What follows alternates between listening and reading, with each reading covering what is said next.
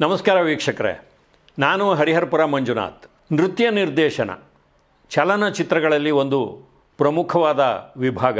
ಕನ್ನಡ ಚಿತ್ರಗಳಲ್ಲಿ ನೃತ್ಯ ನಿರ್ದೇಶಕರು ಅಂದ ಕೂಡಲೇ ನಮಗೆ ನೆನಪಾಗೋದೇ ಉಡುಪಿ ಜಯರಾಮ್ ಅವರು.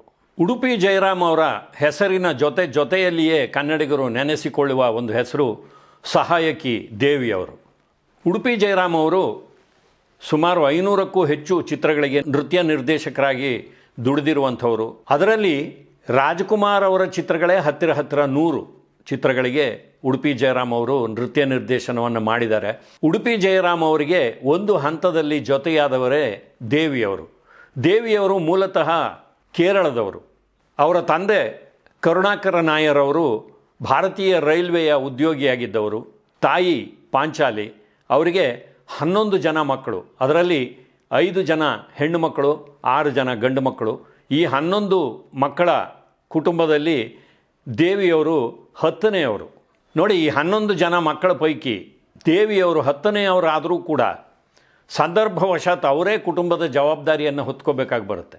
ತಮ್ಮ ಅಣ್ಣಂದಿರ ವಿದ್ಯಾಭ್ಯಾಸ, ಅಕ್ಕಂದಿರ ಮದುವೆ, ಹೀಗೆ ಕುಟುಂಬ ನಿರ್ವಹಣೆಯಲ್ಲಿ ದೇವಿಯವರು ಮುಖ್ಯ ಪಾತ್ರವನ್ನು ವಹಿಸುವಂಥ ಒಂದು ಸಂದರ್ಭ ಬರುತ್ತೆ.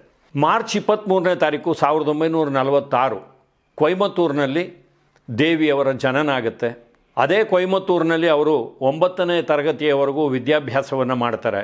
ತಮ್ಮ 12ನೇ ವಯಸ್ಸಿನಲ್ಲಿಯೇ ಕೆ ಸುಬ್ರಹ್ಮಣ್ಯಂ ಅವರ ಪುತ್ರಿ ಪದ್ಮಾ ಸುಬ್ರಹ್ಮಣ್ಯಂ ಅವರ ಹತ್ರ ನೃತ್ಯಾಭ್ಯಾಸಕ್ಕೆ ಸೇರಿಕೊಳ್ತಾರೆ. ಈ ಕೆ ಸುಬ್ರಹ್ಮಣ್ಯಂ ಯಾರು ಅಂದರೆ, ರಾಜಕುಮಾರ್ ಅವರು ಬಾಲನಟರಾಗಿ ಅಭಿನಯಿಸಿದ ಮೊದಲ ಚಿತ್ರ ಪ್ರಹ್ಲಾದದ ನಿರ್ದೇಶಕರು.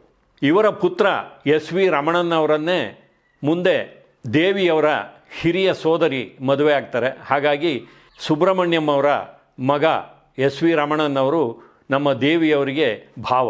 ಪದ್ಮಾ ಸುಬ್ರಹ್ಮಣ್ಯಂ ಅವರ ಬಳಿ ಭರತನಾಟ್ಯ, ಕೂಚಿಪುಡಿ, ಕಥಕ್ಕಳಿ, ಕಥಕ್, ಮಣಿಪುರಿ ಇವಲ್ಲದೆ ಆಧುನಿಕ ನೃತ್ಯವನ್ನು ಕೂಡ ದೇವಿಯವರು ಅಭ್ಯಾಸ ಮಾಡ್ತಾ ಹೋಗ್ತಾರೆ. ಅವರ ನೃತ್ಯ ತಂಡದಲ್ಲಿ ಕೂಡ ಕೆಲಸವನ್ನು ಮಾಡ್ತಾರೆ. ನೋಡಿ, 1966ರಲ್ಲಿ ಮದ್ರಾಸಿನಲ್ಲಿ ಕನ್ನಡ ಚಲನಚಿತ್ರರಂಗ ಬೇರೂರಿದ್ದಂಥ ಸಂದರ್ಭದಲ್ಲಿ ಚದುರಂಗ ಚಿತ್ರದ ಮೂಲಕ ಅವರು ಉಡುಪಿ ಜಯರಾಮ್ ಅವರ ಸಹಾಯಕಿಯಾಗಿ ಚಲನಚಿತ್ರ ಕ್ಷೇತ್ರಕ್ಕೆ ಅಡಿ ಇಡ್ತಾರೆ. ಚದುರಂಗ ಅಂದ ಕೂಡಲೇ ನೀವು ಅಂಬರೀಷ್ ಅವರ ಅಭಿನಯದ ಚಿತ್ರ ಅಂತ ಗೊಂದಲಕ್ಕೆ ಒಳಗಾಗಬೇಡಿ. ಇದು ಕಪ್ಪು ಬಿಳುಪು ಕಾಲದಲ್ಲಿ ಒಂದು ಚದುರಂಗ ಅಂತ ಚಿತ್ರ ಬಂದಿತ್ತು. ರಾಜಾಶಂಕರ್ ಅವರು ನಾಯಕರಾಗಿದ್ದರು, ಭಾರತೀಯವರು ನಾಯಕಿಯಾಗಿದ್ದರು. ರಾಜಕುಮಾರ್ ಅವರ ಚಿತ್ರಜೀವನದ ಒಂದು ಮಹತ್ವದ ಚಿತ್ರ ಮೇಯರ್ ಮುತ್ತಣ್ಣ. ಮೇಯರ್ ಮುತ್ತಣ್ಣ ಚಿತ್ರದೊಂದಿಗೆ ಉಡುಪಿ ಜಯರಾಮ್, ದೇವಿ ಹಾಗೂ ರಾಜಕುಮಾರ್ ಅವರ ಕಾಂಬಿನೇಷನ್ ಆರಂಭ ಆಗುತ್ತೆ. ಉಡುಪಿ ಜಯರಾಮ್ ಅವರು ದೇವಿಯವರು ಸಹಾಯಕಿಯಾಗಿ ಸೇರಿಕೊಳ್ಳುವುದಕ್ಕೆ ಮುಂಚೆ ರಾಜಕುಮಾರ್ ಅವರ ಆರಂಭದ ಚಿತ್ರದಿಂದಲೂ ಕೆಲಸ ಮಾಡಿದ್ದಾರೆ. ಇಲ್ಲಿ ಮೇಯರ್ ಮುತ್ತಣ್ಣ ಚಿತ್ರದೊಂದಿಗೆ ದೇವಿಯವರು ರಾಜಕುಮಾರ್ ಅವರ ಸಂಪರ್ಕಕ್ಕೆ ಬರ್ತಾರೆ. ನೋಡಿ, ರಾಜಕುಮಾರ್ ಅವರ ಸುಮಾರು 30 ಚಿತ್ರಗಳಿಗೆ ದೇವಿಯವರು ಉಡುಪಿ ಜಯರಾಮ್ ಅವರ ಜೊತೆಯಲ್ಲಿ ಸಹಾಯಕಿಯಾಗಿ ನೃತ್ಯ ನಿರ್ದೇಶನವನ್ನು ಮಾಡ್ತಾರೆ. ಈ ನೃತ್ಯ ನಿರ್ದೇಶನ ಒಂದು ಸೂಕ್ಷ್ಮವಾದ ವಿಭಾಗ. ನಾವು ಚಲನಚಿತ್ರಗಳಲ್ಲಿ ನಟ ನಟಿಯರು ಯಾವುದೇ ಎಗ್ಗು ಸಿಗ್ಗಿಲ್ಲದೆ ಅಭಿನಯಿಸ್ತಾರೆ ಅಂತ ಅಂದ್ಕೊಂಡಿರ್ತೀವಿ. ಆದರೆ ಸಹಜವಾಗಿ ಮನುಷ್ಯ ಸಹಜವಾದಂಥ ಸಂಕೋಚಗಳು ಅವರಲ್ಲೂ ಇರುತ್ತೆ. ಪುರುಷ ನೃತ್ಯ ನಿರ್ದೇಶಕರಿದ್ದಾಗ ನಾಯಕಿಯರಿಗೆ ನೃತ್ಯವನ್ನು ಕಲಿಸಿಕೊಡುವಾಗ ಕೆಲವು ಇರುಸು ಮುರುಸಿನ ಸಂದರ್ಭಗಳು ಉಂಟಾಗೋದು ಉಂಟು. ಹಾಗಾಗಿ ದೇವಿಯವರು ಬಂದ ಮೇಲೆ ಉಡುಪಿ ಜಯರಾಮ್ ಅವರಿಗೆ ಒಂದು ರೀತಿಯಲ್ಲಿ 1000 ಆನೆಯ ಬಲ ಬಂದಾಗುತ್ತೆ.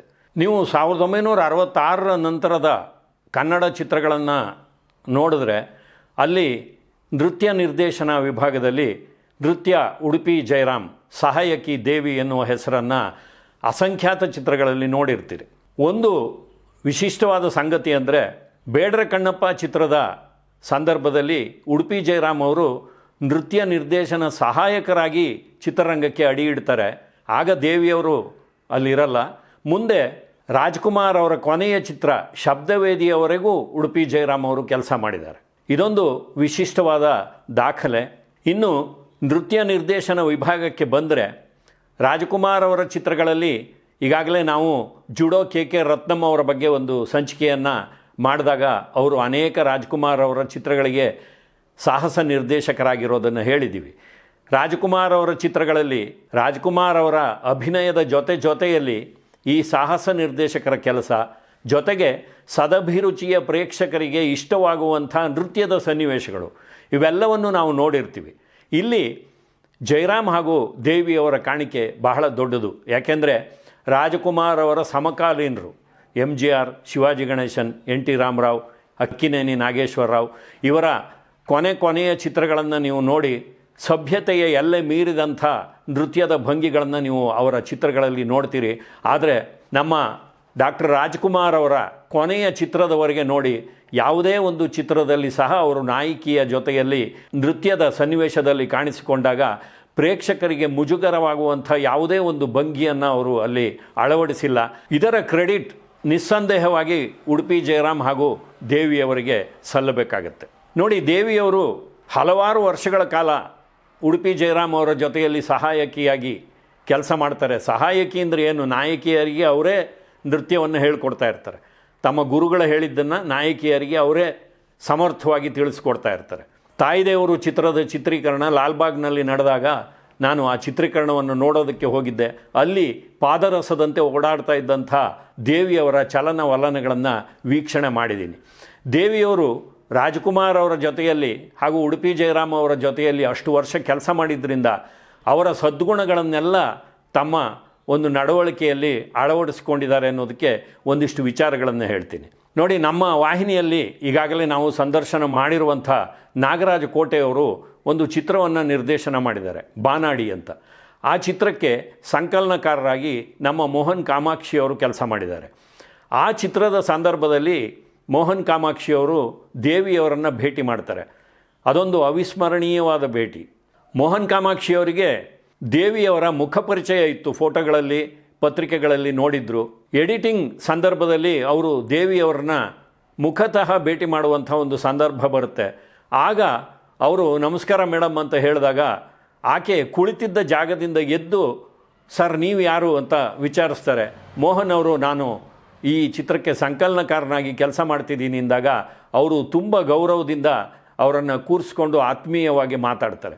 ನೋಡಿ, ಅಷ್ಟು ಹಿರಿಯರಾದಂಥ ದೇವಿಯವರು ಇನ್ನೂ ಯುವಕರಾಗಿದ್ದಂಥ ನಮ್ಮ ಮೋಹನ್ ಕಾಮಾಕ್ಷಿಯವರನ್ನು ಅಷ್ಟು ಗೌರವದಿಂದ ಬರಮಾಡ್ಕೋತಾರೆ ಅಂದರೆ ಅವರ ಸಂಸ್ಕಾರ ಎಂಥದ್ದು ಅನ್ನೋದು ಗೊತ್ತಾಗುತ್ತೆ. ಅಂದರೆ ರಾಜ್ಕುಮಾರ್ ಅವರ ಜೊತೆಯಲ್ಲಿ ಕೆಲಸ ಮಾಡಿದವರು ಕೂಡ ಅವರ ಸದ್ಗುಣಗಳನ್ನು ಮೈಗೂಡಿಸ್ಕೊಂಡಿದ್ರು ಅನ್ನೋದಕ್ಕೆ ಇದು ಕೂಡ ಒಂದು ಸಾಕ್ಷಿಯಾಗಿದೆ. ಇವತ್ತಿಗೂ ಮೋಹನ್ ಅವರು ದೇವಿಯವರ ಸಂಪರ್ಕದಲ್ಲಿ ಇದ್ದಾರೆ. ಯಾವಾಗ ಉಡುಪಿ ಜಯರಾಮ್ ಅವರ ಹೆಸರು ಬಂದರೂ ಕೂಡ ದೇವಿಯವರು ಗದ್ಗದಿತರಾಗ್ತಾರೆ. ತಮ್ಮ ಗುರುವನ್ನು ನೆನೆಸಿ ಕಣ್ಣೀರಿಡ್ತಾರೆ. ಕನ್ನಡಿಗರು ಮಾತಾಡಿಸಿದಾಗ ತುಂಬ ಖುಷಿಯಾಗ್ತಾರೆ. ಯಾಕೆಂದರೆ ಅವರು ಮೂಲತಃ ಕೇರಳದವರಾದರೂ ಕೂಡ ತಮಿಳುನಾಡಿನಲ್ಲಿ ಅವರು ಬೆಳೆದಿದ್ದರೂ ಕೂಡ ಕನ್ನಡ ಚಿತ್ರರಂಗದಲ್ಲಿಯೇ ಅವರು ಹೆಚ್ಚು ಕೆಲಸವನ್ನು ಮಾಡಿದ್ದು. ನೋಡಿ, ಅವರ ಕೆಲಸ ಎಷ್ಟರ ಮಟ್ಟಿಗಿತ್ತು ಅಂದರೆ ಎಷ್ಟೋ ಜನ ನಿರ್ಮಾಪಕರು ಅವರನ್ನು ನೀವೇ ಸ್ವತಂತ್ರ ನೃತ್ಯ ನಿರ್ದೇಶಕಿಯಾಗಿ ನಮ್ಮ ಚಿತ್ರಕ್ಕೆ ಕೆಲಸ ಮಾಡಿ ಅಂತ ಕರೀತಾರೆ. ಆದರೆ ದೇವಿಯವರು ಯಾವತ್ತೂ ಸ್ವತಂತ್ರವಾಗಿ ನಾನು ಒಂದು ಚಿತ್ರಕ್ಕೆ ಕೆಲಸ ಮಾಡಲ್ಲ, ನನ್ನ ಗುರುಗಳ ಜೊತೆಯಲ್ಲೇ ಇರ್ತೀನಿ ಅಂತ ಹೇಳಿ ಉಡುಪಿ ಜಯರಾಮ್ ಅವರು ಕಾಲವಾಗುವವರೆಗೂ ಅವರ ಜೊತೆಯಲ್ಲಿಯೇ ಕೆಲಸವನ್ನು ಮಾಡ್ತಾರೆ. ಇಂಥದ್ದೊಂದು ನಿಷ್ಠೆಯನ್ನು ನಾವು ಚಿತ್ರರಂಗದಲ್ಲಿ ನೋಡೋದು ಬಹಳ ಕಷ್ಟ. ನೋಡಿ, ಕೆಲವರು ಬೇರೆಯವರ ಸೇವೆ ಮಾಡೋದಕ್ಕೆ ಅಥವಾ ತ್ಯಾಗ ಮಾಡೋದಕ್ಕೆ ಅಂತಲೇ ಹುಟ್ಟಿರ್ತಾರೆ. ಅಂಥವರಲ್ಲಿ ನಮ್ಮ ನೃತ್ಯ ನಿರ್ದೇಶಕಿ ದೇವಿಯವರು ಕೂಡ ಒಬ್ಬರು. 11 ಜನರ ಕುಟುಂಬದಲ್ಲಿ 10ನೇಯವರಾಗಿ ಜನಿಸಿದ್ರೂ ಕೂಡ ತಮ್ಮ ಅಕ್ಕಂದಿರ ಅಣ್ಣಂದಿರ ವಿದ್ಯಾಭ್ಯಾಸಕ್ಕೆ ಮದುವೆಗೆ ಎಲ್ಲ ಸಹಾಯಕವಾಗಲಿ ಅಂತ ದುಡಿತಾ ಹೋಗ್ತಾರೆ. ಆ ದುಡಿತದ ತಿರುಗಣಿಗೆ ಸಿಕ್ಕಿ ಮುಂದೆ ಅವರು ನೃತ್ಯ ನಿರ್ದೇಶಕಿಯಾಗಿ ನಮ್ಮ ಉಡುಪಿ ಜಯರಾಮ್ ಅವರ ಜೊತೆಯಲ್ಲಿ ಕೆಲಸ ಮಾಡ್ತಾ ಮಾಡ್ತಾ ಮಾಡ್ತಾ ವಯಸ್ಸು ಸಂದಿದ್ದೇ ಗೊತ್ತಾಗೋದಿಲ್ಲ. ಕೊನೆಗೆ ಮದುವೆನೂ ಬೇಡ ಅಂತ ಹೇಳಿ ಕಲಾ ಸೇವೆಯಲ್ಲಿ ತೊಡಗಿಕೊಳ್ತಾರೆ. ಹಾಗೆ ತಾವು ಮಾಡಿದಂಥ ಉದ್ಯೋಗಕ್ಕೆ ನಿಷ್ಠರಾಗಿ ತಮ್ಮ ವೈಯಕ್ತಿಕ ಜೀವನವನ್ನೇ ಬಲಿ ಕೊಟ್ಟಂಥ ತ್ಯಾಗಿ ನಮ್ಮ ದೇವಿಯವರು. ಕನ್ನಡ ಚಿತ್ರರಂಗ ಇವತ್ತು ಇಷ್ಟೆಲ್ಲ ಬಲಿಷ್ಠವಾಗಿ ಬೆಳೆಯೋದಕ್ಕೆ ಎಷ್ಟೋ ಜನ ಅಸಂಖ್ಯಾತ ತಂತ್ರಜ್ಞರು ಕಲಾವಿದರು ಕೆಲಸ ಮಾಡಿದ್ದಾರೆ ಅಂತ ನಾವು ಆಗಾಗ ಹೇಳ್ತಾನೆ ಇರ್ತೀವಿ. ಅಂಥವರಲ್ಲಿ ಒಬ್ಬರು ನಮ್ಮ ದೇವಿಯವರು. ಅವರು ಇನ್ನೂ 100 ಕಾಲ ನಮ್ಮೊಂದಿಗೆ ಇರಲಿ ಅಂತ ಹಾರೈಸಿ ಈ ಸಂಚಿಕೆಯನ್ನು ಮುಗಿಸ್ತೀನಿ. ಮತ್ತೆ ಮುಂದಿನ ಸಂಚಿಕೆಯಲ್ಲಿ ಭೇಟಿ ಮಾಡ್ತೀನಿ. ನಮಸ್ಕಾರ.